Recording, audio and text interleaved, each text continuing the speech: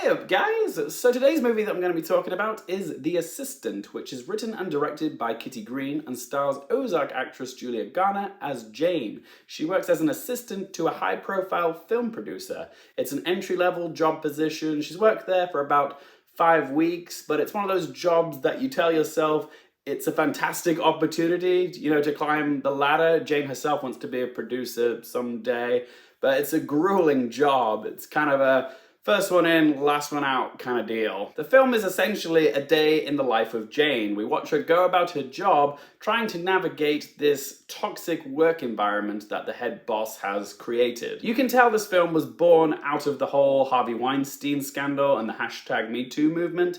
The parallels to Harvey Weinstein are abundantly obvious. The film producer in a position of power, meeting young girls in hotels, etc.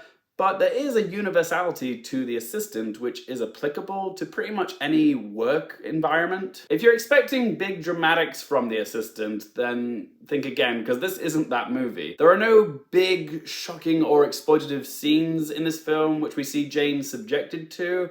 No, Kitty Green's approach is far more subtle than that, looking at the smaller, everyday type of situations which are so easy to overlook but can cultivate a workplace environment of inappropriate behavior. Here we see Jane dealing with the verbal abuse of her boss, who we never actually see, by the way, patronizing, mansplaining behavior of her colleagues, who are literally credited as male assistant 1 and 2. That's how cold and impersonable this work environment and the film is purposely trying to be. The characters don't even really have names. Jane herself is just a term for Jane Doe. So yeah, it's a film about the microaggressions that we all experience in everyday life, as well as the culture of silence when we try to call those in power out on it. The best scene of this film, by far, is about 2/3 of the way in when Jane goes to meet Macfadyen's HR rep Wilcock to log a complaint about her boss. We know that Jane is doing the right thing, but Wilcock manipulates Jane into retracting her complaint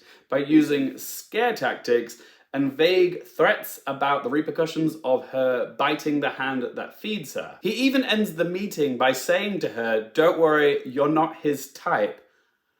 Oh, it's enough to send shivers down your spine because it illustrates he's aware of the sexual harassment and the inappropriate behavior of the top dog, but he prefers to stick his head in the sand and not do anything about it. Which just goes to show that the problem is systemic. It doesn't just stop with the person who's on top, who's got the power and who's causing the problem.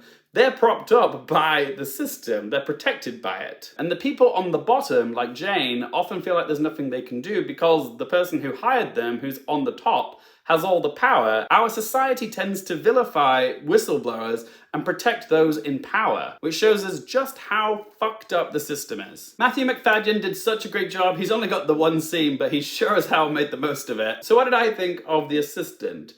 I understand why some people really like this film. It's timely, it's grounded, and it avoids the obvious route of having some overly dramatized, horrific incident.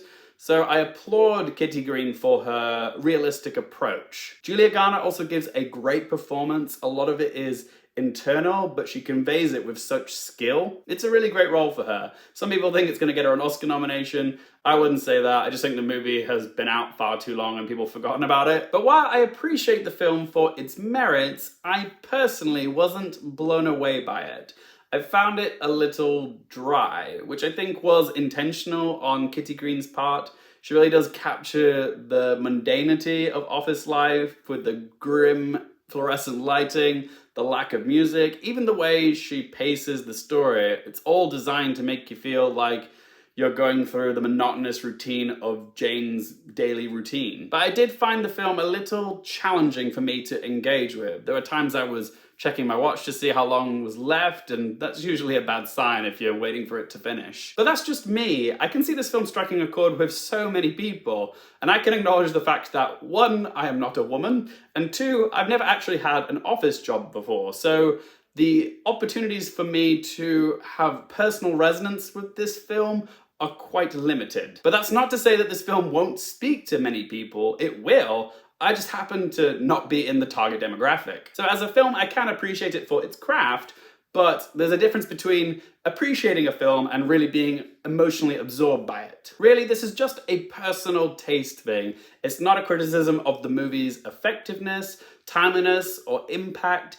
It's just a film that I thought was a little bit flat, and that's fine. It's just one bloke's opinion, and I do want to hear from you guys. If you've seen The Assistant, what did you make of it? Let me know in that comment section down below. So let's ask those 3 questions. Firstly, would I watch it again? Let me say this, I appreciated the film, but it's nothing that I would watch twice. Question 2, do I recommend it for you guys? Yes, I'd say it's still worth the watch. A lot of people will see themselves reflected in this film, or maybe their office life. Honestly, I think this is a film that'll probably speak more to you than it will to me. I actually think this is one of those films which might open people's eyes to workplace behavior that seems harmless, but actually can be quite damaging. Plus, Julia Garner and Matthew Macfadyen give decent performances in it, so yes, I think I would recommend this film. And third and final question, what score to give it out of 10? The Assistant is a well-made and timely film, but I just found it a bit dry. So I'm going to give it a score of 5.5 out of 10. Thanks for watching, guys. If you have enjoyed this video, please do help my channel out by hitting that thumbs up button. If you want more movie, TV, and Oscars-related content, don't forget to click subscribe. And for all my social media links, Twitter, Facebook, Instagram, Letterboxd, they're all in that video description down below. For more things related to movies, TV, and popcorn culture, I'm Luke Airfield, and I'll see you next time.